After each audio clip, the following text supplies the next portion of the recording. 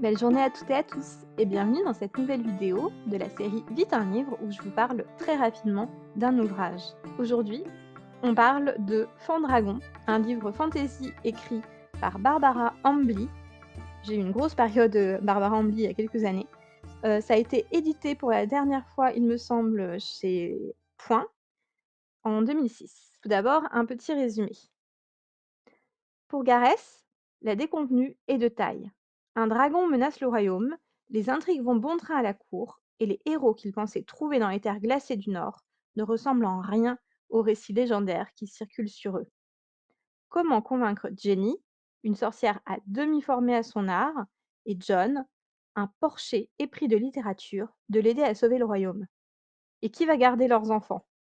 Gareth aurait bien fait quelque chose par ses propres moyens, mais il n'a aucune expérience réelle du combat, et lorsqu'il la sort, son épée a une fâcheuse tendance à s'empêtrer dans sa cape de velours.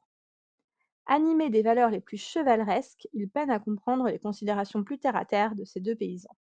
Maintenant, mon avis. L'auteur, Barbara Ambly, adopte une perspective rafraîchissante.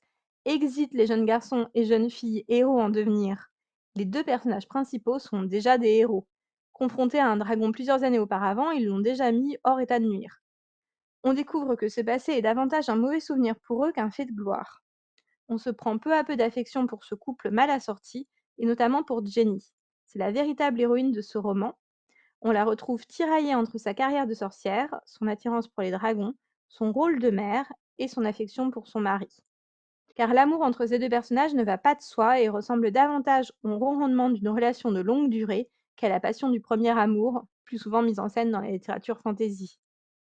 Gareth, s'il fait davantage figure de rappel du héros fantasy traditionnel, n'en est pas moins attachant pour son côté vulnérable et noble.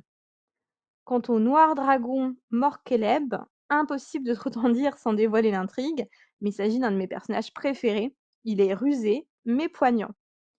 Le style de l'auteur est fluide sans être bouleversant. L'univers décrit dans la première partie du roman, c'est-à-dire le pays d'hiver, dégage une atmosphère toute particulière, à la fois poétique et hostile.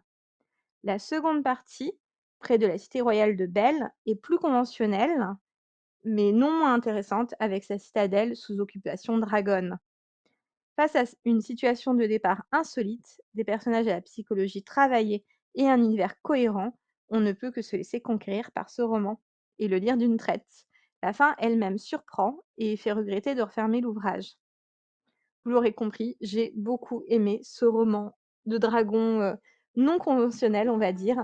J'espère que cette vidéo vous a plu et si vous êtes fan de dragons, vous a donné envie de jeter un œil sur ce livre. Je vous souhaite à nouveau une très belle journée, de bonnes lectures et je vous dis à une prochaine fois.